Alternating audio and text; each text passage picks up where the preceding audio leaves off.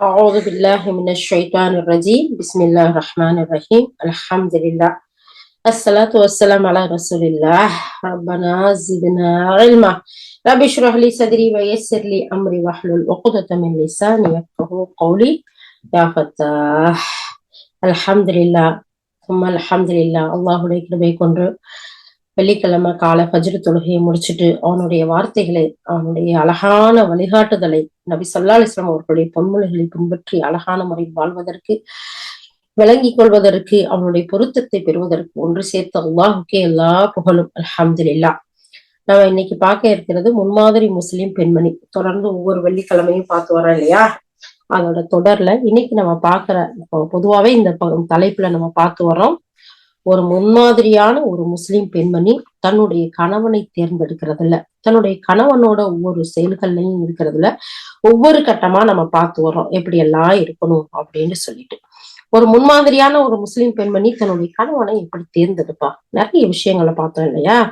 தன்னுடைய கணவனை தேர்ந்தெடுக்கிறதுல ரொம்ப ஆழமா சிந்திக்க கூடியவளாகவும் அதுல ரொம்ப கவனத்தோட இருக்கக்கூடியவங்களாகவும் இருப்பா அப்படிங்கிறத பார்த்தோம். அதுக்கு அடுத்து தேர்ந்தெடுத்தாச்சு. அந்த கணவரோட எப்படியெல்லாம் நடந்துக்கிறணும் அப்படிங்கிற ஒரு விஷயத்த இவாஹருடைய ரசூல் ஸல்லல்லாஹு அலைஹி வஸல்லம் அவங்களும் அவங்களுடைய தோழர்களும் அவங்களுடைய குடும்பங்களும் எப்படியெல்லாம் நடந்துகிட்டாங்க, கணவனுக்கு கீழ்ப்படிந்து நடக்கக்கூடிய ஒரு பெண் எப்படியெல்லாம் இருப்பா, அவரோட எப்படியெல்லாம் நல்ல முறையில நடந்து கொள்வா அப்படிங்கிறது நிறைய சம்பவங்களை நம்ம வரலாறுகளை பார்த்துட்டு வரோம்.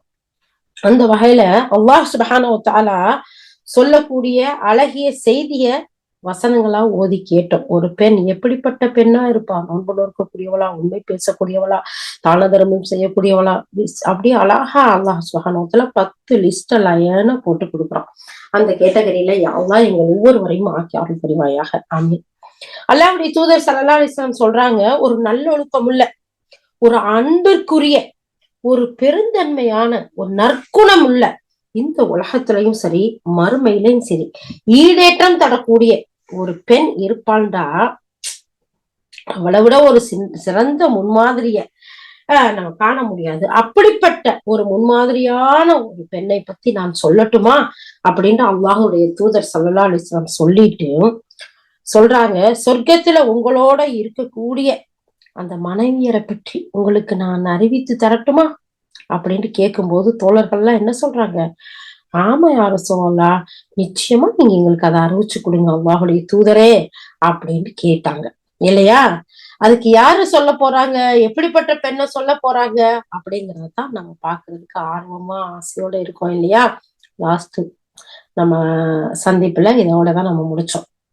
இப்ப அல்லாஹ்வுடைய தூதர் ஸல்லல்லாஹு அலைஹி வஸல்லம் சொல்றாங்க, சொர்க்கத்துல கொண்டு போய் சேர்க்கக்கூடிய ஒரு அழகிய, ஒரு சிறந்த ஒரு மனைவி. எப்படிப்பட்ட மனைவி தெரியுமா? நல்லொழுக்கம் உள்ள மனைவியா இருப்பா, அன்புக்கு உரியவளா இருப்பா, பெருந்தன்மையான குணம் கொண்டவளா இருப்பா, இம்மையிலையும் மறுமையிலையும் ஈடேற்றத்தை ஈட்டி தரக்கூடிய ஒரு பெண்மணியா இருப்பா. அப்படி ஒரு பெண்மணி அல்லாஹ்வுடைய தூதர் ஸல்லல்லாஹு அலைஹி வஸல்லம் சொல்லி காட்டுறாங்க பாருங்க. அந்த பெண்மணி எப்படி இருப்பான்னு சொன்னா, அல்லாஹு அக்பர், அந்த சொர்க்கத்துக்கு தன்னுடைய கணவனை கூட்டிக் கொண்டு போகக்கூடிய அந்த பெண்மணி எப்படியெல்லாம் இருப்பாங்கிறதுல அல்லாஹ்வுடைய தூதர் ஸல்லல்லாஹு அலைஹி வஸல்லம் சொல்லக்கூடிய ஒரு ஹதீஸ இந்த இடத்துல தபரானில பதியப்பட்டிருக்கு. நமக்கு உஸ்தாத் நமக்கு இந்த ஹதீஸ சொல்லி காட்டுறாங்க. அந்த பெண்மணி எப்படிப்பட்டவளா இருப்பான்னு அல்லாஹ்வுடைய தூதர் ஸல்லல்லாஹு அலைஹி வஸல்லம் சொல்றாங்கடா, அதிகமான குழந்தைகளை பெற்றெடுக்கக்கூடியவளா இருப்பா. இன்னைக்கு மாதிரி நாம் இருவர் நமக்கு இருவர், நாம் இருவர் நமக்கு ஒருவர், நாம் இருவர் நமக்கேன் ஒருவர் அப்படிங்கிற லிஸ்ட்ல இல்லாம அதிகப்படியான குழந்தைகளை பெற்றெடுக்கக்கூடியவளா இருப்பா. அந்த குழந்தைகளையும் தன்னுடைய குடும்பத்தாரையும் அதிகம் நேசிக்க கூடியவளா இருப்பா. அவக்கு கோபம் ஏற்பட்டாலோ இல்ல தீங்கிழைக்கப்பட்டாலோ அல்லது அவருடைய கணவர் அவளோட கோபித்து கொண்டாலோ அந்த கணவனை நெருங்கி அந்த கணவனோட போய் அவன் நின்றுகிட்டு சொல்லுவாளாம், இதோ என்னுடைய அன்பு கணவரே, என்னுடைய கைகளை உங்களுடைய கையோட கோர்த்துக்கிட்டு உங்களை விட்டு நான் பிரிய மாட்டேன். சுப்ஹானல்லாஹ், சொல்லக்கூடிய வார்த்தைகளை எல்லாம் பாருங்க.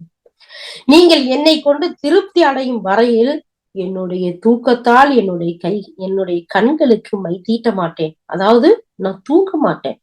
உங்களுடைய திருப்தி, உங்களுடைய அன்பு, உங்களுடைய பொருத்தம் எனக்கு கிடைக்க வரைக்கும் உங்களோட என் கைய கோர்த்துக்கிட்டு உங்களை விட்டு நான் பிரிய மாட்டேன்னு சொல்லிட்டு அந்த கணவனுடைய கோபம் தன்னை விட்டு போகிற வரைக்கும், அவருடைய திருப்தி ஏற்படுற வரைக்கும் அதை விட்டு அந்த கணவனை விட்டு பிரிய மாட்டா.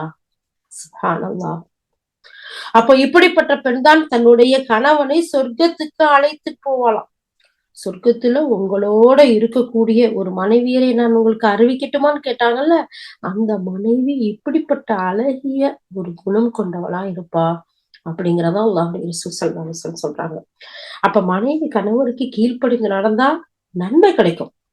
நன்மை மட்டுமா கிடைக்கும், சொர்க்கத்தையும் கூலியா பெறுவாங்கிறதுல இஸ்லாம் ஒரு அழகிய நற்செய்தியா சுப செய்தியா சொல்லி காட்டுதுங்கிறதுல எந்த சந்தேகமும் இல்லை. அல்லாஹு அக்பர்.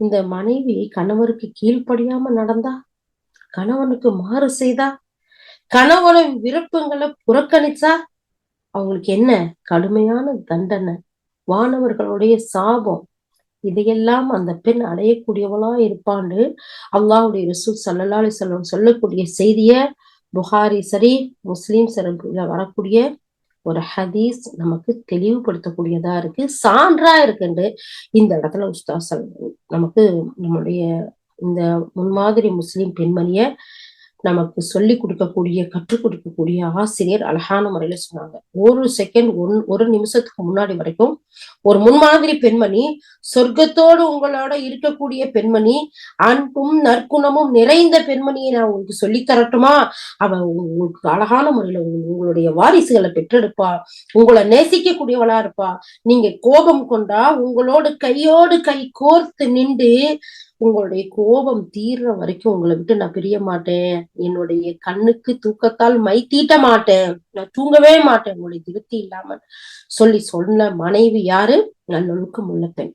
அதே நேரத்துல கணவனுக்கு மாறு செய்து, கணவனுக்கு கீழ்ப்படியாம கணவனோட விருப்பங்களை புறக்கணித்து வாழ்ந்தா அந்த மனைவிக்கு என்ன அல்லாஹ்வுடைய தண்டனை, வானவர்களுடைய சாபத்தை பெறுவாங்கிறதும் அதே அல்லாஹ்வுடைய ரசூல் ஸல்லல்லாஹு அலைஹி வஸல்லம் சொல்லி தர்றாங்க. அந்த ஹதீஸ பார்ப்போம் வாங்க. அல்லாஹ்வுடைய தூதர் ஸல்லல்லாஹு அலைஹி வஸல்லம் சொல்றாங்க, ஒருவர் தன்னுடைய மனைவியை தன்னுடைய விருப்பத்திற்கு படுக்கைக்கு அழைக்கும் போது அவரிடம் அவருடைய ஆசைக்கு அவருடைய விருப்பத்துக்கு இணங்காமல் இருந்தால் அதை முன்னிட்டு அவள் மீது சாபம் கொண்ட நிலையில் அந்த இரவை கழிப்பாள், விடியும் வரை அவளை வானவர்கள் சபித்துக் கொண்டே இருப்பார்கள். இது புகாரி ஷரீஃப் முஸ்லிம் ஷரீஃப்ல வரக்கூடிய ஹதீஸ். இன்னொரு ஹதீஸ்ல அல்லாஹ்வுடைய தூதர் ஸல்லல்லாஹு அலைஹி வஸல்லம் சொல்றாங்க, என்னுடைய உயிர் யார் வசம் இருக்கும், என்னுடைய உயிர் தன் கைவசம் வைத்திருப்பவன் மீது சத்தியமாக, அதாவது அல்லாஹ்வின் மீது சத்தியமாகன்னு சொல்றாங்க, ஒருவர் தன் மனைவியை படுக்கைக்கு அழைத்து அவள் அவருக்கு உடன்பட மறுத்தால் வானத்திற்கு மேல் இருக்கிற இறைவன் அவன் மீது கோபம் கொண்டவனாக இருக்கின்றான். அவள் அந்த மனைவி தன்னுடைய கணவர் திருப்தி கொள்ளக்கூடிய வரைக்கும். சுப்ஹானல்லாஹ், சுப்ஹானல்லாஹ். எவ்வளவு பெரிய விஷயத்த சொல்லி காட்டுறாங்க பாருங்க. இதுல எத்தனையோ பெண்கள் அலட்சியமா இருக்கக்கூடியவர்களா, பொடுபோக்கா இருக்கக்கூடியவர்களா, இது ஒரு விஷயமாவே எடுத்துக்கிறதுக்காக மனைவிகளா இருக்கக்கூடியவர்களும் இருக்கிறாங்க. அல்லாஹ் பாதுகாக்கணும். யார் ஒருத்தர் இந்த நிலையில இருக்கிறாங்களோ அல்லாஹ்வுடைய கோபம், அல்லாஹ்வுடைய வானவர்களுடைய சாபம் இறங்கக்கூடியதா இருக்குங்கிறத சஹீஹ் புகாரி முஸ்லிம்ல வரக்கூடிய ஹதீஸ். கணவனுக்கு மாறு செய்யக்கூடிய, அவருடைய விருப்பத்தை புறக்கணித்து வாழக்கூடிய ஒவ்வொரு பெண்ணுக்கும் தீய பெண்ணா கருதப்படுது, அவள் மீது சாபம் இறங்குது. கணவனை அலட்சியப்படுத்துற பெண்களுக்கு அந்த கணவருடைய ஆசையை பூர்த்தி செய்யாத காலம் தாழ்த்தக்கூடிய அளவுக்கு அந்த பெண் சாபத்துல இருப்பா. அந்த சாபத்துல இருந்து, அல்லாஹ்வுடைய கோபத்திலையும் வழக்கமார்களுடைய சாபத்துல இருந்து தப்பிக்க முடியாது அப்படிங்கறத இந்த 2 ஹதீஸும் நமக்கு எடுத்து சொல்லுது இல்லையா. அடுத்து தபரானில வரக்கூடிய இன்னொரு ஹதீஸையும் இந்த இடத்துல நம்மளுடைய உஸ்தாத் நமக்கு ஞாபகப்படுத்தி காட்டுறாங்க. அல்லாஹ்வுடைய தூதர் ஸல்லல்லாஹு அலைஹி வஸல்லம் சொன்னாங்க, இந்த பெண்ணை அல்லாஹ் சபிப்பானாக, நீ காப்பாத்தியா எந்த பெண்ணை? அவள் யார்டா? தன்னுடைய கணவர் தன்னுடைய படுக்கைக்கு அழைக்கிற போது அப்புறம் அப்புறம்னு சொல்லிட்டு தள்ளி போடக்கூடியவளா இருப்பா. பின்பு கணவருடைய தூக்கம் மிகைச்சு அப்படியே தூங்கிட்டாரு. அப்படிப்பட்ட பெண்ணை அல்லாஹ் சபிப்பானாக. அல்லாஹ் நீ காப்பாத்து அல்லாஹ். அப்போ தன்னுடைய கணவர் தன்னுடைய விருப்பத்துக்கு தன்னுடைய மனைவியை அழைக்கும் போது அவ எந்த ஒரு காரணத்தை சொல்லி தள்ளி போடக்கூடாது, புறக்கணிக்க கூடாது, அலட்சியப்படுத்தக்கூடாது. அப்படி இருக்கக்கூடிய பெண்களை பார்த்து அல்லாஹ்வுடைய தூதர் ஸல்லல்லாஹு அலைஹி வஸல்லம் சொல்றாங்க, இது இப்படிப்பட்ட பெண்களை அல்லாஹ் சபிப்பானாக. அதே நிலையிலேயே அவர் திருப்தி அடையாம அவருடைய ஆசைகள் நிறைவேறாம அவர் தூங்கும் போது அல்லாஹ் சுப்ஹானஹு வ தஆலா அந்த பெண்ணை சபிக்கக்கூடியவனா இருக்கான். சுப்ஹானல்லாஹ். அல்லாஹ் நீ காப்பாத்தி அல்லாஹ். அப்ப இதெல்லாம் சாதாரண ஒரு விஷயம், இதெல்லாமா நீங்க பயான்ல பேசுவீங்க, இதெல்லாமா நீங்க சொல்லுவீங்க அப்படின்னு கேட்கக்கூடிய விஷயம் இல்ல. ஏண்டா அல்லாஹும் அல்லாஹ்வுடைய ரசூலும் இதை எவ்வளவு முக்கியத்துவப்படுத்தி சொல்லி காட்டியிருக்கிறாங்க பாருங்க. அப்ப ஆண்களும் பெண்களும் தங்களுடைய கற்பை பாதுகாத்து பேணி கொள்றதுக்காகத்தான் இஸ்லாம் திருமணம் அப்படிங்கிறத கட்டளையிட்டு அதை முறைப்படுத்தி வச்சிருக்குது. இதனாலதான் கணவர் தன்னுடைய மனைவியை தன்னுடைய தேவைக்காக அழைக்கும் போது அவசியம் அவர்கிட்ட செல்லணும் அப்படின்னு கட்டளையாவும் அல்லாஹும் சொல்றான், அல்லாஹ்வுடைய தூதரும் சொல்றாங்க. அப்படி இருக்கும்போது கணவர் விருப்பத்துக்கு அழைக்கிற போது இல்லாத காரணங்களை எல்லாம் சொல்லி சாக்கு போக்கு சொல்லி அலட்சியப்படுத்த கூடாதுங்கிறத தன்னுடைய கணவன் அழைக்கும் போது அவருக்கு அழகிய முறையில் கட்டுப்பட்டு இணங்க வேண்டும்ங்கிறத சொல்லி காட்டக்கூடிய இந்த ஹதீஸ்கள் மட்டும் இல்ல, இன்னும் ஏராளமான ஹதீஸ் இருக்குன்னு நமக்கு இந்த இடத்துல நம்முடைய ஆசிரியர் அழகான முறையில சொல்றாங்க. சுப்ஹானல்லாஹ். உண்மையான மார்க்க காரணங்களுக்காக தவிர வேற எந்த காரணத்துக்காகவும் எந்த ஒரு நிகழ்வுக்காகவும் தடையோ இடையூறோ இருக்கக்கூடாது. கணவனுடைய ஆசைக்கு அவங்களுடைய அழைப்புக்கு மறுப்பு சொல்லக்கூடாதுங்கிறத இந்த இடத்துல அல்லாஹும் சொல்லி காட்டுறான். அல்லாஹ் சொல்லி காட்டுறதா அல்லாஹுடைய தூதர் ஸல்லல்லாஹு அலைஹி வஸல்லம் சொல்லி காட்டுறாங்க. அப்ப அல்லாஹுடைய தூதர் ஸல்லல்லாஹு அலைஹி வஸல்லம் சொல்றாங்க, ஒருவர் தன்னுடைய மனைவிய தன்னுடைய படுக்கைக்கு அழைத்தால் அந்த மனைவி அவருக்கு பதில் அளிக்கட்டும். அவர் ஒரு ஒட்டகத்தின் மீது இருந்தாலும் சரி, அந்த காலத்துல ஒட்டகத்துக்கு மேல அப்படின்னா ஏதோ ஒரு இடத்துக்கு பயணம் கிளம்பிக்கிட்டு இருக்காங்க. இப்ப இன்னைக்கு பயணம் கிளம்பி எல்லாம் ரெடி ஆயாச்சு. ஒரு மேரேஜ்க்கு போறோம், இல்ல ஒரு ஃபங்க்ஷனுக்கு போறோம், இல்ல ஏதோ ஒரு வெளி இடத்துக்கு போக கிளம்பியாச்சு. கிளம்பி கார்ல போய் ஏறியாச்சு. அந்த மாதிரிதானே அர்த்தம். ஒரு ஒட்டகத்துக்கு மேல இருந்தாலும் சரி அப்படின்னு அல்லாஹ்வுடைய தூதர் ஸல்லல்லாஹு அலைஹி வஸல்லம் சொல்லலாம்டா. ஒரு வாகனத்துக்கு மேல நீங்க கிளம்பி ஏறிக்கு ரெடி ஆயிட்டாலும் சரி, உங்களுடைய கணவன் அழைத்தால் அந்த கணவனுடைய அழைப்புக்கு பதில் சொல்லட்டும். முஸ்னத் பஸார்ல வரக்கூடிய ஹதீஸ். இது அல்லாஹ்வுடைய தூதர் ஸல்லல்லாஹு அலைஹி வஸல்லம் சொல்றாங்க.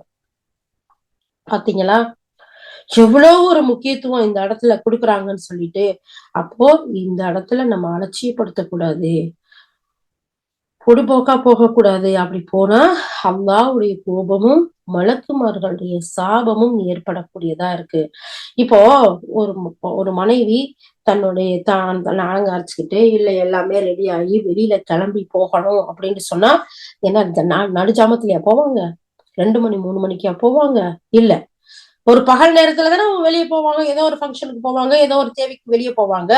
அப்போ தன்னுடைய கணவன் அழைத்தாலும் அவளுக்குமா முதல்ல அவருக்கு பதில் சொல்லட்டும்னு சொன்னா எத்தனையோ பெண்கள் அந்த காலத்துல கொஞ்சம் வயசுல கூட இருக்கிறவங்க எல்லாம் என்ன சொல்றாங்க, பகல் நேரத்துல கணவன் மனைவி ஒன்று சேரக்கூடாது, குடும்ப வாழ்க்கையில இல்லறத்துல ஈடுபடக்கூடாதுன்னு சொல்றவர்கள் இல்லாமல் இல்ல. அது தவறான ஒரு கருத்து. ஏன்னா பெரிய கூட்டு குடும்பத்துல இருக்கிறவங்க, நிறைய பேர்களோட வசிக்கிறவங்க, அப்போ அவங்க ஒழுக்கம் காரணமா ஒரு ஒரு குடும்ப பாங்கு காரணமா அப்படி சொல்லுவாங்க. ஆனால் தன்னுடைய கணவன் தன்னை அழைக்கும் போது எந்த நிலைமையில எந்த நேரத்துல இருந்தாலும் அவருக்கு கட்டுப்படணுங்கிறது அல்லாஹ்வுடைய ரசூலுடைய கட்டளையா இருக்கு. அடுத்து வரக்கூடிய ஒரு ஹதீஸ பார்ப்போம். இப்னு ஹிப்பான் ஜாமி திர்மிதியில பதியப்பட்டிருக்கு இந்த ஹதீஸ். அல்லாஹ்வுடைய தூதர் ஸல்லல்லாஹு அலைஹி வஸல்லம் சொல்றாங்க, ஒருவர் தன் மனைவியை தன்னுடைய தேவைக்காக அழைத்தால் அந்த மனைவி அவரிடம் செல்லட்டும், அவள் அடுப்பிலே சமைத்து கொண்டிருந்தாலும் சரி. இதை விட வேற என்ன சொல்லணும் நமக்கு, இல்லையா? இப்போ நம்ம உட்கார்ந்து எல்லா வேலையும் செஞ்சு எல்லாம் மத்தியானம் சாப்பாடு, நைட்டு சாப்பாடு ரெடி பண்ணிட்டு இருக்கோம். அடுப்புல சட்டியை வச்சிருக்கோம், எண்ணெயை ஊத்திருக்கோம், தாளிச்சிட்டு இருக்கோம், வெங்காயத்தை வெட்டியிருக்கோம், ஒரு பக்கம் தக்காளியை வெட்டியிருக்கோம். ரெடியா ஒன்னொன்னா போட்டுட்டு இருக்க போறோம், ஆக்க போறோம். அரிசி ஊற வச்சிருக்கு. மாப்பிள்ளை வெளியே போனவர் வர்றாரு. என்ன செய்யணும்? அடுப்பை அமர்த்திட்டு, மாஷா அல்லா, நீ கொஞ்சம் பொறுமையா இரு, வெங்காயம் தக்காளி எல்லாம் இருக்கட்டும், அப்புறமா வந்து போட்டு கிண்டிக்கிடலாம் அப்படின்னு சொல்லிட்டு என்ன செய்யணும்? அவருக்கு பின்னாடி அல்ஹம்துலில்லாஹ்னு போயிடணும். அப்பதான் அல்லாஹ்வுடைய திருப்தி, அல்லாஹ்வுடைய ரசூலுடைய திருப்தி, வானவர்களுடைய துவா. இது சாதாரண விஷயம் இல்ல. இதன் மூலமா தான் பல பல பிரச்சனைகளும், பல பல குடும்பத்துல சண்டைகளும், சச்சரவுகளும், ஏன் இன்னும் அல்லாஹ் பாதுகாக்கணும், பிரிந்து போனவர்களே இருக்கிறாங்க. அதனாலதான் அல்லாஹ்வும் அல்லாஹ்வுடைய ரசூலும் இந்த விஷயத்துக்கு இவ்வளவு முக்கியத்துவம் கொடுக்குறாங்க. இப்படியெல்லாம் நபி ஸல்லல்லாஹு அலைஹி வஸல்லம் சொல்லி இருக்காங்கன்னு சொன்னா, அல்லாஹ் சுப்ஹானஹு வ தஆலா, அல்லாஹ்வுடைய தூதர் இப்படியெல்லாம் கட்டளையிடுறதுக்கு காரணம் என்ன தெரியுமா? ஒரு மனைவி தன்னுடைய குழப்பமான சூழ்நிலைக்கு விட்டுவிடக்கூடாது, அவருடைய மனசை பரிதவிக்க வைக்கக்கூடிய நிலைக்கு ஆளாக்கிடக்கூடாது, அந்த அவருடைய மனசையும் அவரையும் பாதுகாக்கணும், அவருக்கு அமைதியும் நிம்மதியும் கொடுக்கணும். இதுதான் அந்த மனைவியோட முதன்மையான கடமை. வெளியில போய் நம்மளுடைய ஃபங்க்ஷன் அட்டன் பண்றது, நல்ல நம்மளுடைய மற்ற மற்ற தேவைகளை போய் பார்க்கறது முதன்மையான கடமை இல்ல. சமைச்சுக்கிட்டு இருக்கோம், ஆட்டிக்கிட்டு இருக்கோம், யாருக்கு? அவங்களுக்கு தான், அவங்களுடைய குடும்பத்துக்கு தான், அவங்களுடைய பிள்ளைங்களுக்கு தான், அதுக்குதான் நம்ம எல்லாம் செஞ்சுக்கிட்டு இருக்கோம். ஆனா அதை விடவும் முக்கியமானது எது? தன்னுடைய கணவன் தன்னை அழைத்தால் அவனை குழப்பத்துக்கு ஆளாக்கிராம, பரிதவிக்க விட்டுறாம, அவனை சஞ்சலத்துக்கு ஆக்கிராம, அவனை அமைதிப்படுத்தி, அவனை ஒழுங்குபடுத்தி பாதுகாக்க வேண்டியது ஒரு மனைவியோட முதன்மையான கடமை. வெளியே போறதை விட, சமைக்கிறத விட, மத்ததெல்லாம் செய்யறதை விட அப்படின்னு இந்த இடத்துல அல்லாஹ் அவங்களுடைய ரசூல் சொன்னாங்கன்னா எவ்வளவு ஒரு முக்கியத்துவமான கொடுக்குறாங்க பாருங்க. அல்லாஹ் அக்பர். அப்படி இல்ல, அந்த இடத்துல மறுக்கப்படுது, அலட்சியப்படுத்தப்படுது, அந்த கணவனுடைய விருப்பங்கள் நிறைவேற்றப்படலைங்கிற பட்சத்துல அந்த இடத்துல என்ன ஆகும்? தவறுகள் நடக்கும், குழப்பங்கள் வரும். இப்ப பாருங்களேன், இதனாலதான் மற்ற மற்ற வழி தவறி போகிறதுக்கும், தேவையில்லாத சிக்கலும் பிரச்சனையும் வர்றதுக்கு காரணமா இருக்கு அப்படிங்கிறத சொல்லி காட்டுறாங்க. அப்ப ஆணுக்கும் பெண்ணுக்கும் இஸ்லாம் விரும்புறதெல்லாம் எது? அவங்க 2 பேரும் தூய்மையான சூழ்நிலையில வாழணும். தூய்மையான சூழ்நிலை எப்படி இருக்கணும்னு சொன்னா, தீய ஆசாபாசங்களை விட்டு, தடுக்கப்பட்டவற்றை எல்லாம் விட்டு தவிர்ந்து, அழகான முறையில அல்லாஹும் அல்லாஹ்வுடைய ரசூலும் அனுமதிச்ச அந்த ஹலாலான இன்பத்தை அழகான முறையில அனுபவிக்கணும்.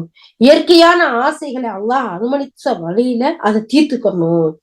அதனால அப்ப மட்டும்தான் இச்சைன்ற அந்த ஒரு நெருப்பு இருக்குல்ல, அதை அணைக்க முடியும். தீய வழியில செல்லாம சிந்தனையையும் பாதுகாத்து கொள்ள முடியும். சுப்ஹானல்லாஹ், அல்லாஹு அக்பர். எவ்வளவு ஆழமா நமக்கு உஸ்தாத் சொல்லி கொடுக்குறாங்க பாத்தீங்களா? நாம தவறு செய்யும் போது, மறுக்கும் போது, அலட்சியப்படுத்தும் போது அவங்களுக்கு கெட்ட சிந்தனைகள் வரும், ஒழுக்கக்கேடு நடக்கும், மனம் அலைப்பாயும், அவங்களுடைய பரிதவிப்பு நீங்காது. அந்த இச்சைங்கிறது மிகப்பெரிய நெருப்பு. அது அல்லாஹ் கொடுத்த அந்த ஹலாலான வழியில அணைக்கப்படணும். அப்படி இல்லாத போது தவறான சிந்தனைக்கும் தவறான வழிக்கும் கிட்டு சொல்லும். ஆகவே உங்களின் கணவர் உங்களை அழைக்கும் போது, அவருடைய ஆசைக்காக அழைக்கும் போது, அவருடைய படுக்கைக்கு அழைக்கும் போது, அழகான முறையில என்ன வேலை செஞ்சுக்கிட்டு இருந்தாலும் அதை விட்டுட்டு அவரை திருப்திப்படுத்துங்க, அவருக்கு கட்டுப்படுங்க அப்படிங்கிற சொல்லி கொடுக்குறாங்க.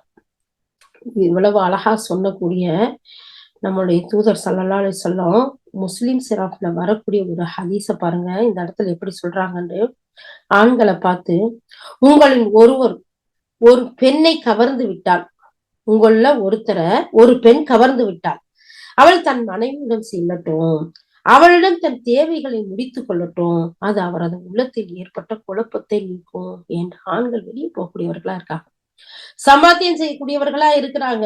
பல விஷயங்களுக்கு, ஆபீஸுக்கு சரி, பஜார்களுக்கு சரி, இல்ல அவங்க கம்பெனி வேலையா சரி, எல்லா வகையிலையும் வெளியில் சென்று பொருளாதாரத்தை விற்றுக்கொள்ளக்கூடியவர்களாக, சமுதாய பணிகள் செய்யக்கூடியவர்களாக, வெளியிறங்கி வேலை செய்யக்கூடிய மக்களா இருக்கிறாங்க. அப்போ அவர் வெளியே போகும்போது அவரை ஒரு பெண் கவர்ந்துட்டா, வேற ஒருத்தர் மேல ஆசை வந்துட்டா, அது அவருக்கு ஒரு ஈர்ப்பு சக்தியை கொடுத்துட்டா, உடனே அவர் என்ன செஞ்சிடட்டும், அவசரமா அங்க போய் எந்த சிலுமிசமும் பண்ணக்கூடாது, தப்பு தவறுகள்ல ஈடுபடக்கூடாது. உடனே அவர் வீட்டுக்கு வரட்டும், தன்னுடைய மனைவி கிட்ட அவருடைய ஆசையை தீர்த்து கொள்ளட்டும்.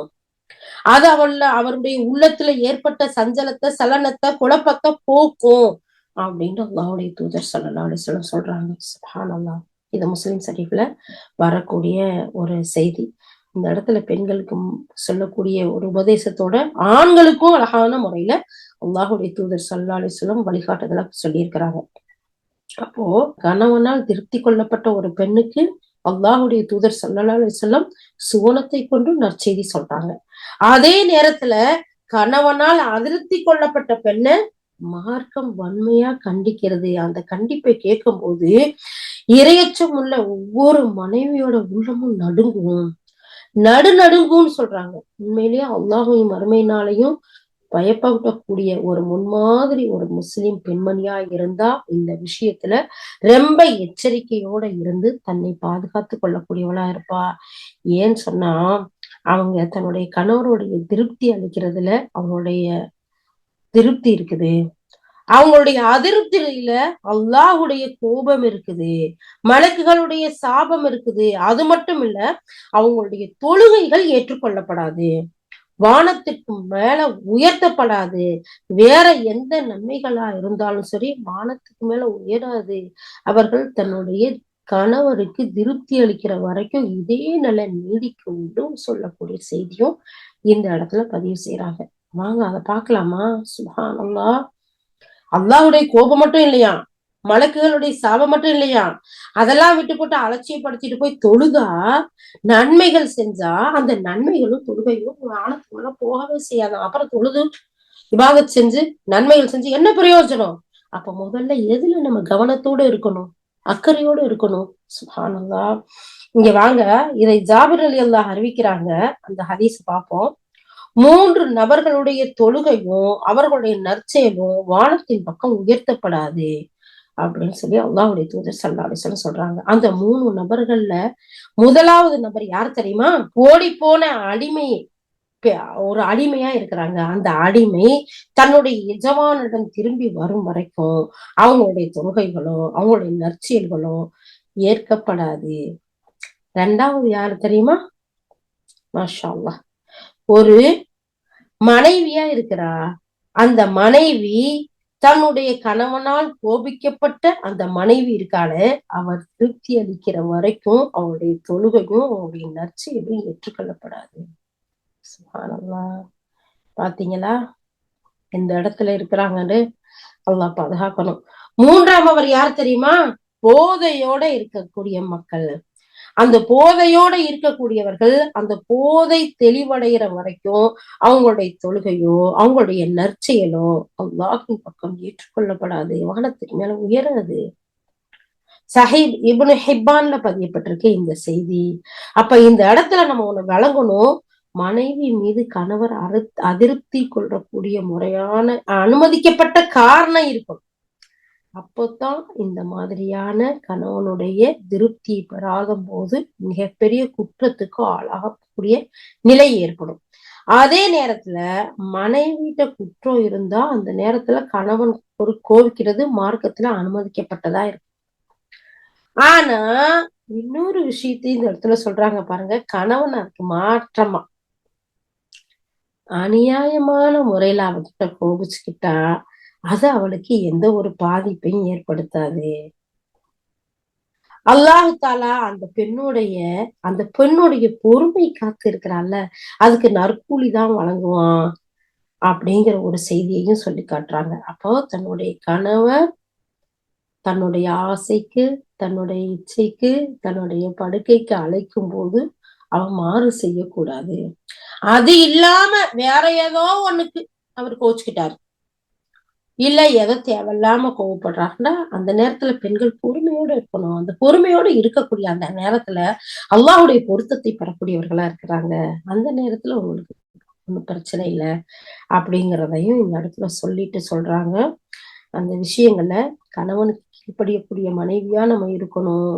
மார்க்கம் தடுக்கப்பட்ட விஷயங்களை கணவன் சொன்னாலே தவிர அப்படிப்பட்ட விஷயத்துல நாம அவங்களுக்கு கட்டுப்படக்கூடாது. இஸ்லாம்ல இது ஒரு பொதுவான சட்டம். அதாவது அவருடைய ஆசைக்கு, அவருடைய இச்சைக்கு, அவருடைய தேவைக்கு கட்டுப்படணும். அப்போ அவர் கோபிச்சார்ந்தா அல்லாஹ்வுடைய கோபம் இருக்குது, மலக்குடைய சாபம் இருக்கு, நன்மைகள் உயர்த்தப்படாது. இதெல்லாம் தெரியணும். ஆனா இஸ்லாத்துக்கும் புறம்பான, அல்லாஹ் ரசூலுக்கு மாற்றமான ஒரு செயலை செய்ய சொல்லும் போது அந்த நேரத்துல நாம கட்டுப்பட வேண்டிய தேவையில்லை. அந்த கோபம் அந்த நேரத்துல அவர் கோபிச்சுக்கிட்டாருன்னா நமக்கு அது பாதிக்காது. எக்ஸாம்பிள் பார்க்கலாமா? இப்ப வெளியே போறோம் கணவனோட. கணவன் இப்போலாம் நிறைய லேட்டஸ்டா ஆயிட்டாங்க, நிறைய படிக்கிறாங்க, வெஸ்டர்ன் கல்ச்சரை விரும்பக்கூடிய மக்கள் நிறைய இருக்கிறாங்க. பாத்தீங்களா? தலையில துணி போடாம வா அப்படின்னு கூப்பிட்டா, அல்லது பருதா அணியாம ஸ்கார்ஃப் போடாம, அல்லது நாம மறைக்க வேண்டியதை மறைக்காம அந்த ஸ்கார்ஃப் போடாம சாதாரண உடையில வெளியே வான்னு சொல்லி கூப்பிட்டா என்னமா செய்யறது? நம்ம வீட்டுல அழகான முறையில தான் பிள்ளைய வளர்த்துருப்போம். நம்ம அழகா லேட்டஸ்டா வெளிநாட்டுல போய் படிச்சு நல்ல வேலையில இருக்கிறாங்க, நல்ல வசதி வாய்ப்பா இருக்கிறாங்க. அதெல்லாம் போனா நம்ம புள்ள நல்ல மார்க்க படிச்சுட்டு போய் திருத்திக்கிறோம், அதெல்லாம் மாறிக்குவாங்கன்னு சொல்லி எல்லாம் கல்யாணம் முடிச்சு கொடுக்குறாங்க இல்லையா? அந்த மாப்பிள்ளை என்ன செய்வாரு? வெஸ்டர்ன்ல வளர்ந்தவரு எல்லாத்தையும் காட்டிட்டு அரையும் குறையுமா வான்னு சொல்லி கூப்பிடுவாரு. அப்ப என்ன செய்யும் புள்ள? என்னம்மா செய்யறது, உங்க மருமக அப்படி கூப்பிடுறாரு, நான் போகத்தானே வேணும். போகக்கூடாது. இது இஸ்லாம் தடுத்தது, அல்லாஹும் அல்லாஹ்வுடைய ரசூலும் தடுத்தது. ஒவ்வொரு பெண்ணும் தன்னுடைய தலையையும் தன்னுடைய உடலையும் மறைத்துத்தான் கண்டிப்பா அவசியமா வெளியே போகணும். அதெல்லாம போகக்கூடாது. இதுக்கு நம்ம கட்டுப்பட வேண்டிய தேவையில்லை. ஆணும் பெண்ணும் ஒரேதான் கலந்து வாழக்கூடிய வெஸ்டர்ன் கல்ச்சர்ல பழகிக்கிறவங்க கிளப்புக்கு கூப்பிடுறாங்க, பப்புக்கு கூப்பிடுறாங்க. அந்த மாதிரி இடத்துக்கு போக தேவையில்ல. அந்த நேரத்துல அவருக்கு கோபம் வந்தா அது நம்மளை பாதிக்கவும் செய்யாது. இதெல்லாம் உலக நடைமுறையில சும்மா ஒரு 2 விஷயத்தை தான் நான் உங்களுக்கு சொல்லியிருக்கேன். மத்தது இல்ல நிறைய, என்ன விட நீங்க நிறைய லிஸ்ட் போடுவீங்க, அவ்வளவு விஷயங்கள் சொல்லலாம். அதே மாதிரி தொழக்கூடிய விஷயம், எத்தனையோ பேருக்கு தொழுகிறது பிடிக்காது. பாவம், அவங்க என்ன செய்வாங்க? வளர்க்கப்பட்ட கல்ச்சரும் வாழ்க்கையும் அந்த மாதிரி. அப்ப தொழுகையை தடுத்தாலோ ஃபர்தான நோன்பு, ரமலான் நோம்பு இல்லையா, அதை வைக்கக்கூடாதுன்னு தடுத்தாவோ அதற்கு நம்ம கட்டுப்படணும்ன்ற தேவையில்லை. அவர் அந்த நேரத்துல அவங்களுக்கு வரக்கூடிய கோபம் நம்மளை பாதிக்காது. இப்படி மார்க்கம் தடுத்த, அல்லாஹும் அல்லாஹ்வுடைய ரசூலுக்கு மாறு செய்யக்கூடிய விஷயத்துல கோபித்தால் அந்த இடத்துல நமக்கு பிரச்சனை இல்லை. இதெல்லாம் இஸ்லாம் நமக்கு சொல்லி கொடுக்கக்கூடிய பொதுவான சட்ட விதி. எந்த ஒரு படைப்புக்கும் அல்லாஹாலா அந்த படைத்த இறைவனுக்கு எதிரான விஷயத்துல கீழ்ப்படிய கூடாதுங்கிறத மார்க்க சட்டம். இது விஷயமாக அல்லாஹும் அல்லாஹ்வுடைய தூதரும் நமக்கு நிறைய விஷயங்களை சொல்லி கொடுத்திருக்காங்க. இது அல்லாத கணவருடைய கணவருடைய விருப்பம் இல்லாம ஒருத்தரை வீட்டுல அனுமதிக்கிறது, அவரோட விருப்பம் இல்லாம வீட்டை விட்டு வெளியேறது நம்பிக்கை கொண்ட எந்த ஒரு பெண்ணுக்கும் அனுமதிக்கப்பட்டது இல்லை. கணவர் ஒரு விஷயத்துல அவருடைய பேச்சை கேட்கணும், அவருக்கு கீழ்ப்படிந்து நடக்கணும். இதுதான் நமக்கு அனுமதிக்கப்பட்டது, அல்லாஹ் ரசூலும் நமக்கு கற்றுக் கொடுத்தது. மேலும் அந்த கணவர் தன்னுடைய படுக்கைக்கு அழைத்தால் துரிதமா ரெடியாகி அவரை திருப்திப்படுத்துறது. இது அல்லாஹ்வை நம்பிக்கை கொண்ட பெண்ணுக்கு அழகான உபதேசம், அழகான செய்தி. அல்லாஹு அக்பர், அல்லாஹு அக்பர். இதையெல்லாம் சொல்லிட்டு அல்லாஹுடைய தூதர் ஸல்லல்லாஹு அலைஹி வஸல்லம் சொல்லக்கூடிய அழகிய விஷயங்களை இந்த இடத்துல உஸ்தாத் நமக்கு சொல்லி கொடுக்குறாங்க. ஹாக்கிங்கிற கிதாப்ல பதியப்பட்டிருக்கு, கணவருடைய விருப்பம் இல்லாம ஒருத்தி தன்னுடைய வீட்டுக்குள்ள யாரையும் அனுமதிக்க மாட்டா. அவருடைய அனுமதி இல்லாம நம்பிக்கை கொண்ட ஒரு பெண் வெளியில செல்ல மாட்டா. கணவருடைய விஷயத்துல அவருடைய பேச்சு கேட்கறது, பிறருக்கு கீழ்ப்படிந்து நடப்பது அனுமதிக்கப்பட்டது இல்ல, அவருக்கு மட்டும்தான் கீழ்ப்படுத்து நடக்கிறது அனுமதிக்கப்பட்டது. மேலும் கணவருடைய படுக்கைக்கு விட்டு தூரமாக்கி இருக்கக்கூடாது. அது மட்டும் இல்ல, ஒரு அல்லாஹ் நீதான் காப்பாத்தணும், அவரை அடிக்கிறது, அல்லாஹ்வை நம்பிக்கை கொண்ட பெண்ணுக்கு இது அனுமதிக்கப்பட்டது இல்ல. அல்லாஹு அக்பர். இப்படியுமா பெண்கள் இருக்கிறாங்க? யா அல்லாஹ், நாவுதுபில்லாஹி மின்ஹா, நீ பாதுகாப்பாயாக. அவருடைய படுக்கையை விட்டும் தூரமாக கூடாது. அடுத்தவங்க சொல்ல கேட்டுக்கிட்ட அவரை அடிக்கிறது, அல்லாஹ்வை நம்பிக்கை கொண்ட பெண்ணுக்கு இது ஆகமாக்கப்பட்டது இல்ல. தன்னுடைய கணவர் அநியாயக்காரரா இருந்தாலும் சரி, அவர் திருப்தியை பெறுறதுக்காக ஒரு மனைவி முயற்சி செய்ய வேணுமே தவிர அந்த கணவர் அவரிடத்துல திருப்தி அடைகிறக்கூடிய அழகான செயல்களை செய்யணுமே தவிர அவரிடத்துல வரம்பு மீறி நடந்துக்கிற கூடாது. இது முக்கியமா பெண்களுக்கு சொல்ல வேண்டியது. அல்லாஹும் அந்த பெண்ணுடைய காரணத்தை கொண்டு மன்னிப்பை ஏற்றுக்கொள்ளக்கூடியவனா இருக்கான். அவள் தன்னுடைய கடமையை நிறைவேற்றி விட்டாள். அதாவது அநியாயக்கார கணவனா இருந்தாலும் சரி, அவனுடைய திருப்தியை பெறக்கூடியதுக்கு நம்ம முயற்சி செய்யணும். அல்லாஹ் இடத்துல தௌபா செஞ்சுக்கிட்டே இருக்கணும். அல்லாஹ் அந்த பெண்ணுடைய தௌபாவையும் மன்னிப்பையும் ஏற்கக்கூடியவனா இருக்கான். அவள் தனது கடமையை நிறைவேற்றிட்டா.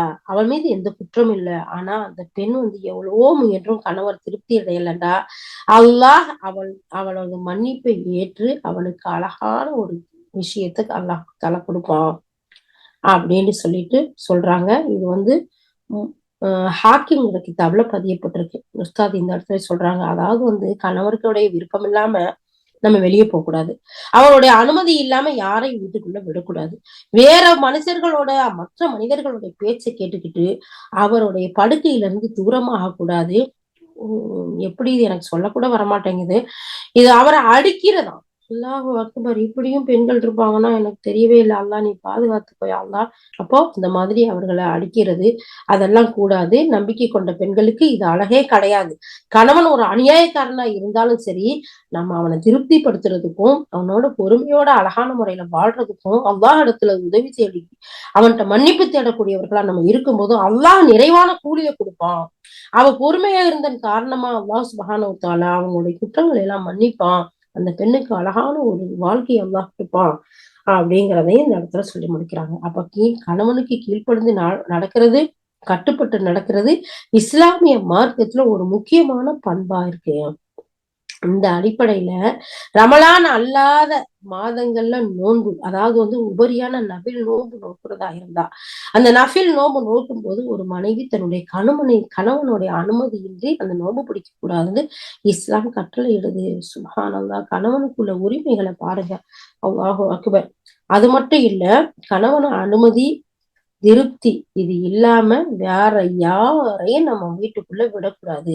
அவரது சம்பாத்தியத்தை அவரோட அனுமதி இல்லாம செலவழிக்க கூடாது. அப்படி நன்மையான காரியங்களுக்கு செலவழிச்சாலும் அதுல ஒரு பகுதி அந்த கணவனுக்கு சாரும் அதனுடைய நன்மைகள் இருந்தாலும் ஒரு இரையச்சமுள்ள பெண் அல்லாஹுக்கும் அவனுடைய தூதரும் நிர்ணயித்த அந்த மார்க்க சட்டங்களை பேணி வாழக்கூடியவளா இருக்கணும். இந்த இடத்துல அல்லாஹுடைய தூதர் ஸல்லல்லாஹு அலைஹி வஸல்லம் சொல்றாங்க, கணவர் உள்ளூர்ல இருக்கக்கூடிய நிலையில ஒரு பெண் அவருடைய அனுமதி இல்லாம உபரியான அதிகப்படியான நஃபிலான நோன்புகளை நோக்குறது கூடாது. அவர் அதை அனுமதி இல்லாம யாரையும் வீட்டுக்குள்ள அனுமதிக்க கூடாது. கணவர் கட்டளையிடாம ஒரு பெண் நல்ல வழியில செலவழிக்கிறதா இருந்தாலும் சரி, அவருடைய அனுமதி இல்லாம செலவழிக்க கூடாது. அவர் அனுமதிப்பாருண்டா அப்படி செலவழிக்கிறது அவருக்கும் அதுல பாதி நன்மை கிடைக்கும் அப்படிங்கிற ஒரு விஷயத்த இந்த இடத்துல அல்லாஹுடைய ரசூல் ஸல்லல்லாஹு அலைஹி வஸல்லம் நமக்கு கற்றுக் கொடுக்குறாங்க. இது சஹீஹுல் புகாரில வரக்கூடிய ஹதீஸ். இதே மாதிரியான ஒரு ஹதீஸ், இதே சேம் புகாரி ஷரீஃப்ல வர்ற மாதிரியே முஸ்லிம் ஷரீஃப்லயும் அந்த ஹதீஸ் வருது. அப்போ ஒரு பெண் தன்னுடைய கணவனுடைய வீட்டுல முறையோட அழகான முறையில நடந்துக்கணும். செலவழித்தா அவளுக்கு நல்ல பணம் உண்டு. அதே போன்றே அதாவது இந்த நன்மையான விஷயத்துக்கு செலவழிக்கும் போது அவளுக்கும் நன்மை உண்டு. அவளுக்கு சம்பாதிச்சு கொடுத்த அந்த கணவனுக்கும் நன்மை உண்டு. அந்த நன்மையின் பக்கம் உதவி செய்தவங்களுக்கும் நன்மை உண்டு. யாருடைய நன்மையிலையும் சிறிதும் குறைக்கப்படாது அப்படிங்கிறத சொல்றாங்க. அதாவது ஒரு பெண் எந்த அளவுக்கு தன்னுடைய கணவனோடையும் கணவனுடைய குடும்பத்தாரோடையும் அவனுடைய சொத்துக்களோடையும் நடந்துக்கணுங்கிறத இந்த இடத்துல சொல்றாங்க. அப்போ நம்ம இதையெல்லாம் அறிந்து நடக்கக்கூடியவர்களா நாம இருக்கணும் அப்படிங்கிறத பாக்குறோம். இந்த விஷயங்கள்ல எல்லா கணவன் மனைவி 2 பேர்ட்டையும் ஒற்றுமையா இருக்கணும். முழுமையான புரிந்துணர்வும் வேணும். எந்த விதமான குழப்பங்களோ மன சங்கடங்களோ ஏற்பட்டக்கூடாது. அப்படி 2 பேருக்கும் இடையில மன சங்கடங்களும் குழப்பட்டு ஏற்பட்டா இஸ்லாம் எதிர்பார்க்கிற அந்த அன்பு, அந்த அன்பான உறவு, நேசம், இருக்கும் இதெல்லாம் திருமணத்தோட நோக்கத்தை சீர்கழிச்சிரும். அதனால நம்ம கணவனுக்கு கட்டுப்பட்டு கணவன் விரும்பக்கூடிய செயலை செஞ்சு கணவனுடைய சொத்துக்களை பாதுகாத்து அவன் விரும்புனா அவனுடைய செலவு அந்த செல்வத்திலிருந்து நம்ம செலவு பண்ணணும் நன்மையான விஷயங்களுக்கு, இல்லாட்டில் அதுவும் நமக்கு தடுக்கப்பட்டது. அப்படி இருக்கும்போதுதான் இஸ்லாம் நமக்கு சொல்லி கொடுத்த அந்த இல்லற வாழ்க்கை தூய்மையானதா, பாதுகாப்பானதா, ஒத்த கருத்துள்ளதா அமையும். அழகான குடும்ப வாழ்க்கையை அமைத்து கொள்ள முடியும் அப்படிங்கிறத இந்த இடத்துல சொல்லி காட்டுறாங்க. சொல்லிட்டு சில நேரங்கள்ல கணவன் கஞ்சனா இருக்கிறாரு, மனைவிக்கு நல்ல வசதி இருக்கு, நல்ல எல்லா செல்வங்களும் இருக்கு, ஆனா தன்னுடைய பிள்ளைகளுக்கும் மனைவிக்கும் செலவுக்கு கூட கொடுக்க மாட்டாரு. இப்படிப்பட்ட நேரங்கள்ல ஒரு மனைவினா அந்த அனுமதி, அவர் கணவனோட அனுமதி இல்லாம தனக்கும் தன்னுடைய பிள்ளைகளுடைய தேவைகளை நிறைவேற்றிக்கிறதுக்காக எடுத்து செலவழிக்கலாம் அப்படிங்கறத சொல்லிட்டு இந்த இடத்துல அபூ சுஃபியானுடைய மனைவி ஹிந்த் பின் உத்பா அல்லாஹ்வுடைய தூதர் ஸல்லல்லாஹு அலைஹி வஸல்லம் அறிவுரை கேட்டு தெரிஞ்சு கொண்டாங்க ஒரு விஷயத்த. அத நமக்கு இது சஹீஹ் புகாரில சஹீஹ் முஸ்லிம்ல வரக்கூடிய செய்தி. அதையும் நமக்கு இந்த இடத்துல கொடுக்குறாங்க, எந்த மாதிரி நம்ம நடந்துக்கணும். ஒரு தடவை ஹிந்த் பின் உத்பா ரலியல்லாஹு வந்து அல்லாஹ்வுடைய தூதர் ஸல்லல்லாஹு அலைஹி வஸல்லம் அவங்கள்ட்ட வர்றாங்க. வந்து கேக்குறாங்க, அல்லாஹ்வுடைய தூதரே, என்னுடைய கணவர் அபூ சுஃபியான் இருக்கிறார்ல, அவர் ரொம்ப கஞ்சனா இருக்கிறாரு. எனக்கும் என் பிள்ளைங்களுக்கும் போதுமான செல்வத்தை அவர் தர்றதில்லை. நான் அவருக்கு தெரியாம எடுத்துக்கொண்டதை தவிர வேற எதுவும் எங்களுக்கு கிடைக்கிறது இல்ல. போதுமான செல்வம் உடையவராய் இருக்கிறாரு, அப்படி இருந்து அவர் தர மாட்டேங்கிறாரு அப்படின்னு சொல்லும் போது அல்லாஹ்வுடைய தூதர் ஸல்லல்லாஹு அலைஹி வஸல்லம் சொன்னாங்க, உமக்கும் உன்னுடைய குழந்தைக்கும் போதுமான நியாயமான அளவுக்கு எடுத்துக்கொள்ளுங்கன்னு சொன்னாங்க. அப்ப அவர்கிட்ட கேட்காம நாங்க எடுத்துக்கிட்ட தவிர வேற எதுவும் இல்லை. ஒரு பெரிய செல்வந்தரா இருக்கிறாரு, இருந்தாலும் எங்களுக்கு கொடுக்க மாட்டாங்க சொல்லலாம், நாங்க என்ன செய்யணும் அப்படின்னு சொல்லிட்டு அல்லாஹ்வுடைய தூதர் ஸல்லல்லாஹு அலைஹி வஸல்லம் போய் கேட்கும்போது அவங்க சொல்றாங்க, சரி உனக்கும் உன் பிள்ளைங்களுக்கு தேவையானதை நியாயமான அளவுக்கு, தெரியாம எடுக்கிறோம்னு எக்கச்சக்கமா இல்லை, அந்த நியாயமான அளவுக்கு நீ எடுத்துக்கோ அப்படின்னு சொல்றாங்க. அப்ப இந்த நபி மொழியின் மூலம் வீட்டு செயல்பாடுகளை அழகா செம்மையா அழகா நிர்வகிக்கிறது யாருக்கு பொறுப்பு? ஒரு பெண்ணுதான் ஒரு பலியா இருக்கிறான்னு இஸ்லாம் வலியுறுத்துது. தன்னுடைய செலவையும் தன்னுடைய குடும்பத்தார் தன்னுடைய பிள்ளைகளுக்குரிய செலவை தன்னுடைய அந்த வீட்டு செயல்பாடுகளை வீட்டு நிர்வாகத்தை பெண்கள் தான் பார்க்கணும், அதுக்கு பொறுப்பாளி பெண்கள் தான் இஸ்லாம் வலியுறுத்தக்கூடியதாகவும் இருக்குன்னு நமக்கு உஸ்தாத் சொல்லி கொடுக்குறாங்க. அப்ப முஸ்லிமான ஒரு பெண் இஸ்லாம் நமக்கு கற்றுக் கொடுத்துள்ள அந்த பொறுப்பை நன்கு உணர்ந்து இருக்கக்கூடியவளா இருப்பா.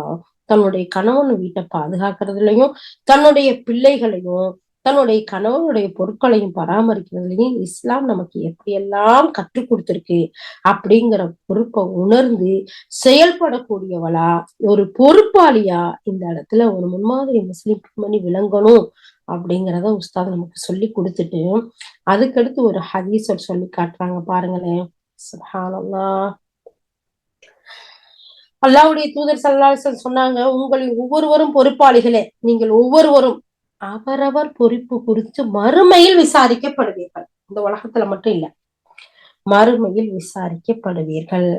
தலைவர் பொறுப்பாளர் அவருடைய குடிமக்களை பற்றி விசாரிக்கப்படுவார். ஒவ்வொரு தலைவர்களும் இன்னைக்கு அந்த தொகுதியில நின்று செய்ச்சேன், இந்த தொகுதியில நின்று செய்ச்சேன், இந்த ஊருக்கு நான் தான் தலைவர், இந்த நாட்டுக்கு நான் தான் தலைவர்னு சொல்றாங்களே, அவங்க ஒவ்வொருவரும் தனக்கு கீழ் உள்ள குடிமக்களை பற்றி விசாரிக்கப்படுவார்கள்.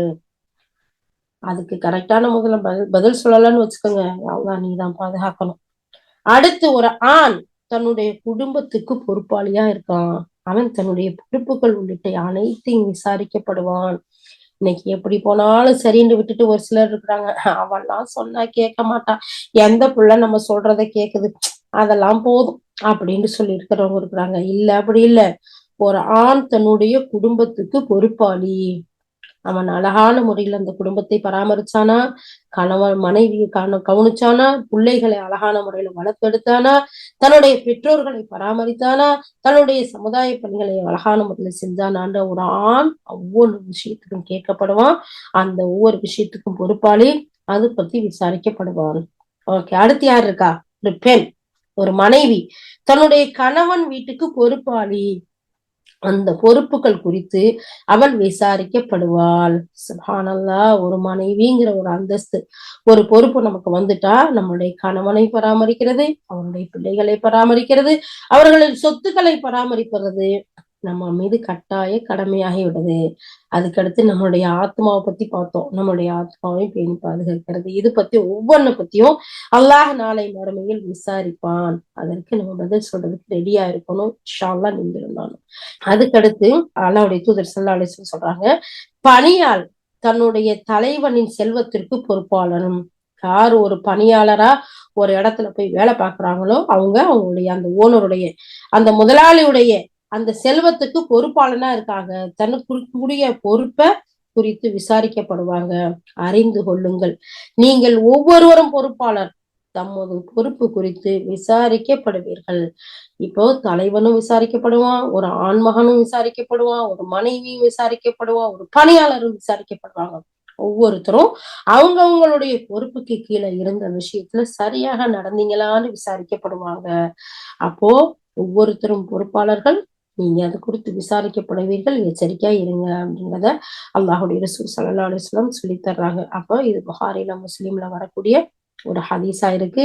ஒரு நல்ல முஸ்லிம் பெண்மணி எப்போதுமே தன்னுடைய குழந்தைகள் மீது அன்பு காட்டக்கூடியவளாகவும் பாசத்தையும் இரக்கத்தையும் பொழிந்து அவர்களை அழகான முறையில வளர்த்திருக்கக்கூடியவர்களாகவும் தன்னுடைய அன்பால தன்னுடைய கணவனை அரவணைக்கக்கூடியவளாகவும் இந்த இரண்டு எல்லா காலங்கள்லயும் ஒரு பெண்மணிகிட்ட இருக்க வேண்டிய ஒரு முக்கியமான நற்பண்பு.